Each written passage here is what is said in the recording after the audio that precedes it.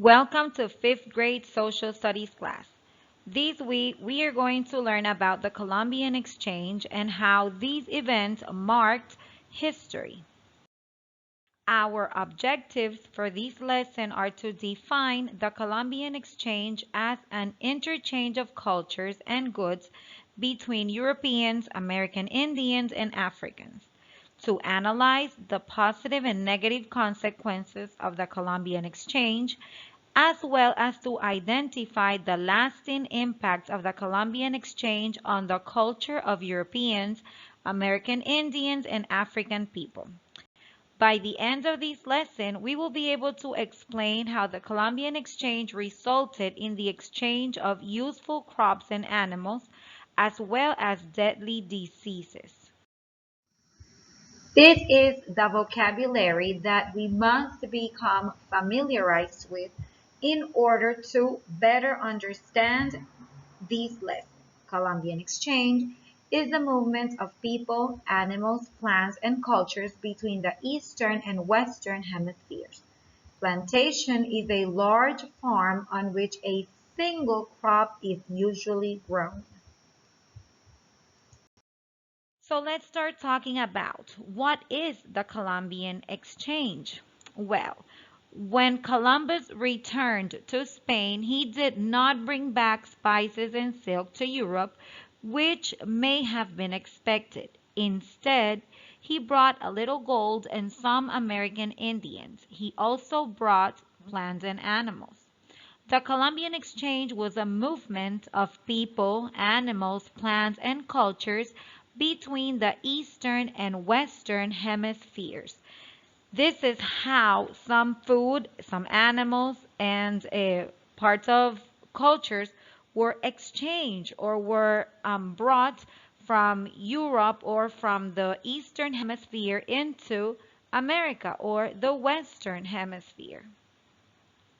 In your screen, you can see a map that shows us which were some of those plants, foods, and even diseases that were brought or that were exchanged. For example, North America was rich in sweet potato, avocado, pineapple, peanuts, tomatoes, among others.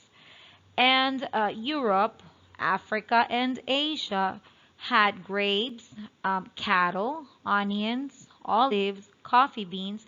So these things were exchanged or traded between the hemispheres. This was definitely a powerful exchange.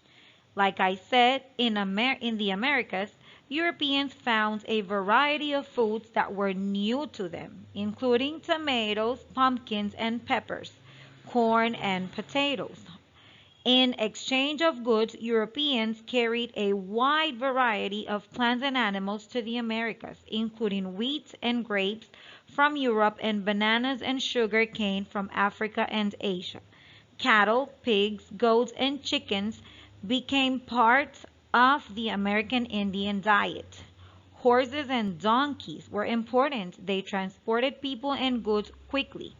The arrival of the horse had an enormous impact on some American Indian cultures. On horseback, American Indians could travel farther in search of food and hunt their prey more easily.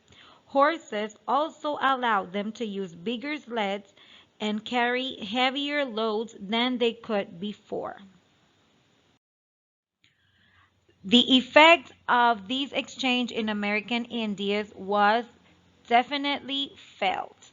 When sugarcane was introduced into the West Indies and elsewhere, it became a profitable resource. Sugarcane grew well in the warm, moist climate of the Caribbean. The crop, however, had to be grown on plantations. Remember these vocabulary words. These are large estates run by one owner or the owner's overseer. These plantations changed the land and caused the need for many workers to be profitable. In this slide, you can see a sugar plantation. Remember that a plantation is where you grow one single crop. And it has one single owner. And this one single owner needs many people to work for him. At first, the Spanish forced American Indians to work the plantations under the most brutal conditions. Diseases caused a massive number of deaths of American Indians. By the early 1600s, plantations in the Caribbean and elsewhere in the Americas stopped relying only on American Indian labor. By this time, the Europeans started forcing enslaved Africans to do the work as well. Plants, animals, and diseases were not the only things shared during the Columbian Exchange. People from the Western and Eastern hemispheres also exchanged culture. Europeans, Africans, and American Indians had very different cultures. They wore different clothing and practiced different religions. Each culture had its own distinct styles of music, dance, and celebrations.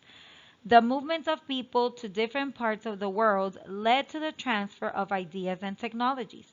In Europe, Asia, Africa, and the Americas, people adapted ideas and inventions from distant lands. Language also traveled through exploration and trade. Even today, the exchange between culture continues to affect people around the world. People eat foods and use goods from across the globe every day. Most places on earth possess a mixture of cultures. And to learn a little bit more about these, I'll see you guys in class.